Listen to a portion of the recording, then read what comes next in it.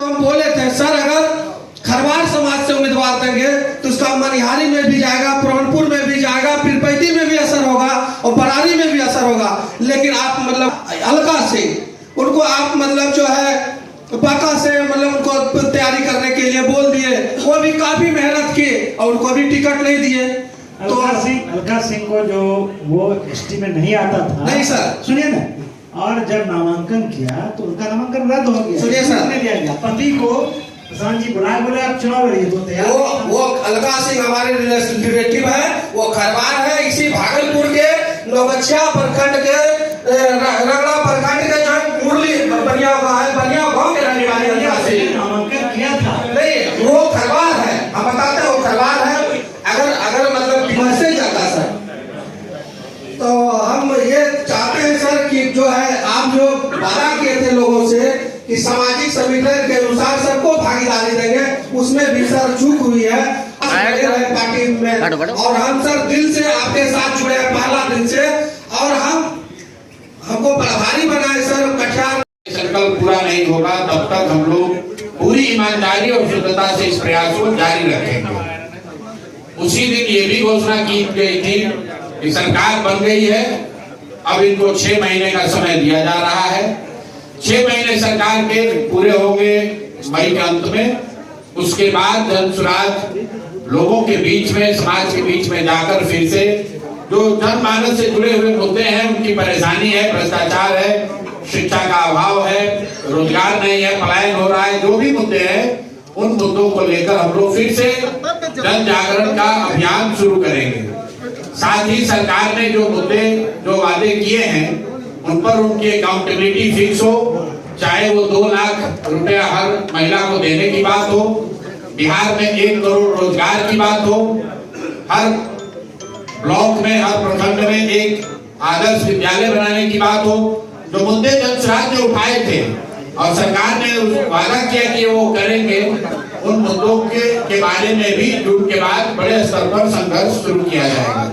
लेकिन ये सब कुछ हो, उसके लिए ये भी तय किया गया कि जून से पहले जनसुराज के संगठन को जमीनी स्तर पर फिर से मजबूत किया जाए, उसको पुनर्गठित किया जाए।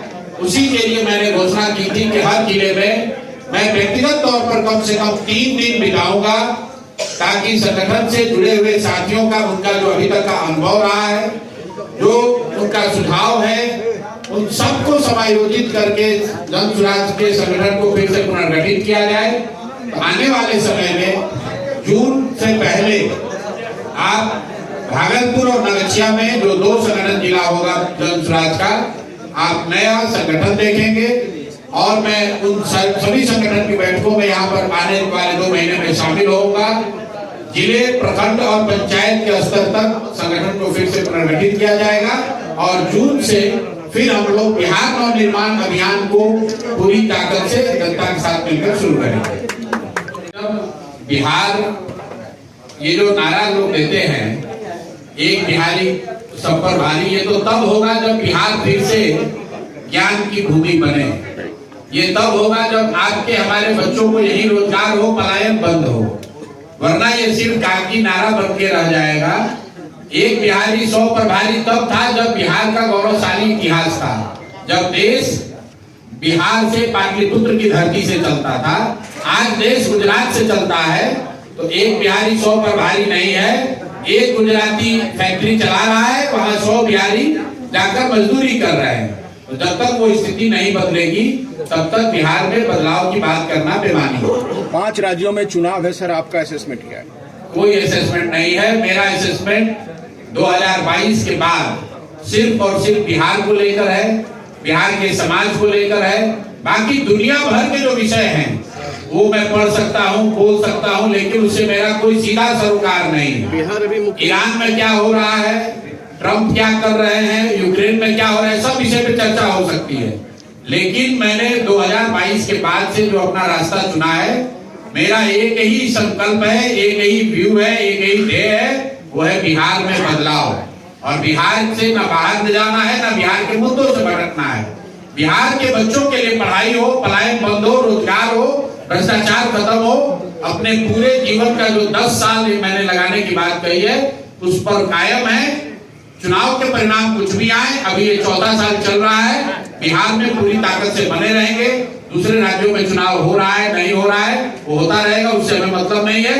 बिहार में परिवर्तन नहीं हो रहा है, बिहार में स्थिति नहीं बदल रही है, ये हमारे लिए चिंता की बात है, ये आपके लिए चिंता की बात होनी चाहिए। और हम लोग का फोकस सिर्फ और सिर्फ उसी पर है। मुख्यमंत्री का चेहरा कौन होगा? कहाँ पर? बिहार की बात कर। बिहार में मुख्यमंत्री का चेहरा वो होगा जिसको नरेंद्र मोदी जी और अमित शाह चाहेंगे, क्योंकि सरकार उनके प्रयास से बनी है। 202 विधायकों का समर्थन जिस व्यक्ति को रहेगा, वो आदमी मुख्यमंत्री का पद छोड़कर राज्यसभा नहीं जाएगा। ये बात जन सुराज की जो बात हमने कही है, प्रशांत किशोर ने जो कहा है, उसको प्रमाणित करता है कि 202 विधायक होने के बावजूद आज नीतीश कुमार को पलायन करके दिल्ली जाना पड़ रहा है। ये दिखाता है कि जो परिणाम आए, ये मैन्युफैक्चर्ड परिणाम है, ये उनकी लोकप्रियता का परिणाम नहीं है, ये 10,000 रुपए से खरीदा हुआ परिणाम है, ये इलेक्शन कमीशन की मदद से कराए गए चुनाव का परिणाम है, ये केंद्र सरकार की मदद से जीती हुई बाजी है।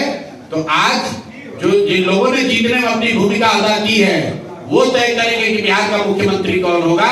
लेकिन इतना मैं आपको जरूर बता दूं कि मुख्यमंत्री चाहे जो भी बने, अब उसकी प्राथमिकता गुजरात होगी, उसकी प्राथमिकता बिहार नहीं होगी। उसकी प्राथमिकता ये होगी कि गुजरात के फैक्ट्रियों में, सूरत में, वापी में, जामनगर में जो लाखों बच्चे बिहार के काम कर रहे हैं, उन फैक्ट्रियों में 10-12 हजार रुपए में काम करने वाले नौजवानों की संख्या कम न पड़े। उसकी प्राथमिकता ये नहीं होगी कि गुजरात के 15 लाख 20 लाख जो श्रमिक हैं बिहार के, जो गुजरात में काम कर रहे हैं, वो आके बिहार में काम करने लगे।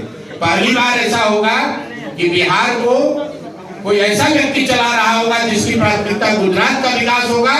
बिहार उसके लिए मजदूर की फैक्ट्री रहेगी, यहाँ से लोग मजदूरी करने के लिए जाते रहेंगे। मैं दोहरा देता हूँ, ना यहाँ भ्रष्टाचार कम होने जा रहा है, ना शिक्षा सुधरने वाली है, ना किसी को रोजगार मिलने वाला है, और ना ही यहाँ से पलायन बंद होने वाला है। और जितने लोगों ने कहा है अगले 4 वर्ष में बिहार की जनता देखेगी, जैसे मैंने कहा था कि नीतीश कुमार मुख्यमंत्री नहीं रहेंगे, परिणाम चाहे जो भी हो, नीतीश कुमार को जाना पड़ रहा है। आप लिख के रखिए, बिहार में भ्रष्टाचार कम नहीं होगा, बिहार में शिक्षा नहीं सुधरेगी, बिहार में पलायन बंद नहीं होगा।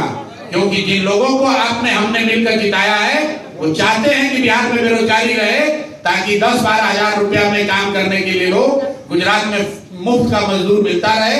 इसलिए बिहार में फैक्ट्री नहीं लगेगी। और आने वाले महीनों में आप खुद देखिएगा, पत्रकार भी देखेंगे और समाज भी देखेगा। नीट छात्रा को लेकर के कुछ कहेंगे सर? जो कि नीट छात्रा को लेकर, जैसा कि आपको पता है, उस मामले को सरकार ने पहले 3 दिनों में ही रफा दफा घोषित कर दिया था।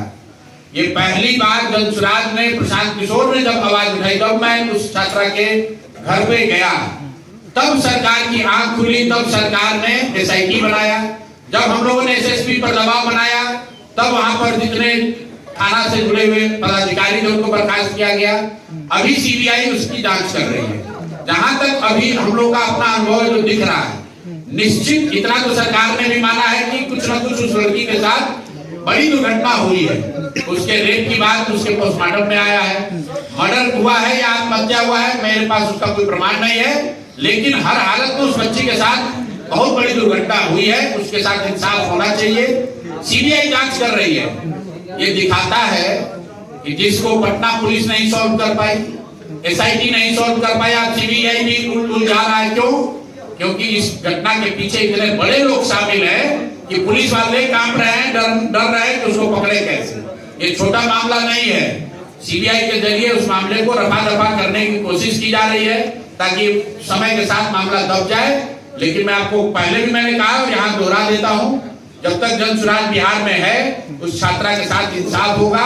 CBI का रिपोर्ट आने दीजिए। अगर उसमें कमी पाई गई, उसमें अगर कोई दिक्कत रही, परिवार को संतुष्टि नहीं हुई, समाज उससे संतुष्ट नहीं हुआ, तो जन सुराज पूरी ताकत से उस लड़की के साथ इंसाफ के लिए खड़ा रहेगा।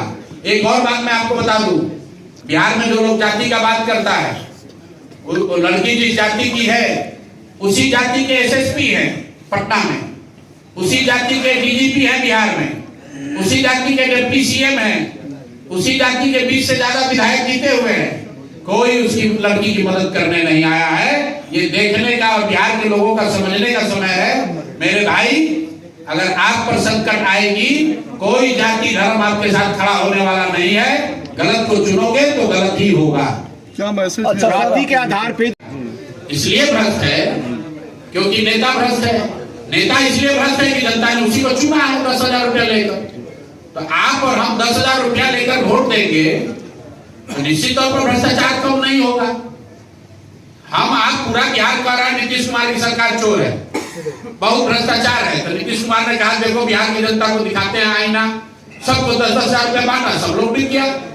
तो जो लोग भ्रष्टाचार की बात कर रहे थे, जो लोग बदलाव की बात कर रहे थे, वो 10,000 रुपए में अगर उन्होंने अपने बच्चों का भविष्य बेच दिया तो भाई उनके बच्चों का भविष्य तो संकट में पड़ेगा ही पड़ेगा। आप सर क्यों चुनाव नहीं लड़े? आपने सबको लड़वाया, आपने क्यों नहीं चुनाव लड़े? इस बात का जवाब मैंने पहले भी दिया है। एक ही व्यक्ति हैं, हमें ही संगठन करना है, हमें ही चुनाव कराना है, हमें ही प्रचार करना है।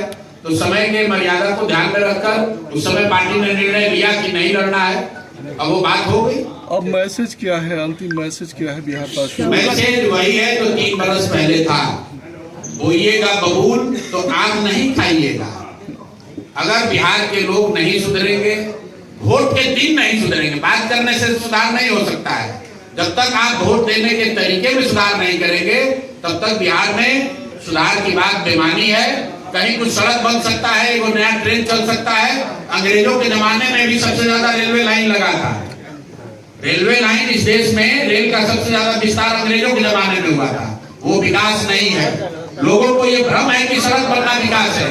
सड़क बनना और ट्रेन चलना विकास नहीं है। विकास तब है जब आपके बच्चे पढ़े, उनको रोजगार हो, आपकी जिंदगी में सुधार हो। और वो तब होगा जब लोग उस चीज के लिए वोट करेंगे। लोग जब तक 5 किलो अनाज के लिए, हिंदू मुसलमान के लिए, अगले पिछड़े के लिए वोट करेंगे, 5,000 10,000 रुपए के लिए वोट करेंगे, तब तक कोई आमूल परिवर्तन की बात, बदलाव की बात करना बेमानी है। एक बार फिर पूछ लेते। ये पहले सब जगलाल ने कहा है, प्रशांत किशोर ने कहा है, मैं फिर से दोहरा दे रहा हूँ। नीतीश कुमार शारीरिक मानसिक तौर पर न स्वस्थ चुनाव से पहले थे, नामी हैं, इसीलिए उनको हटाया जा रहा है। लेकिन बिहार के लोगों के साथ ये धोखा किसने किया?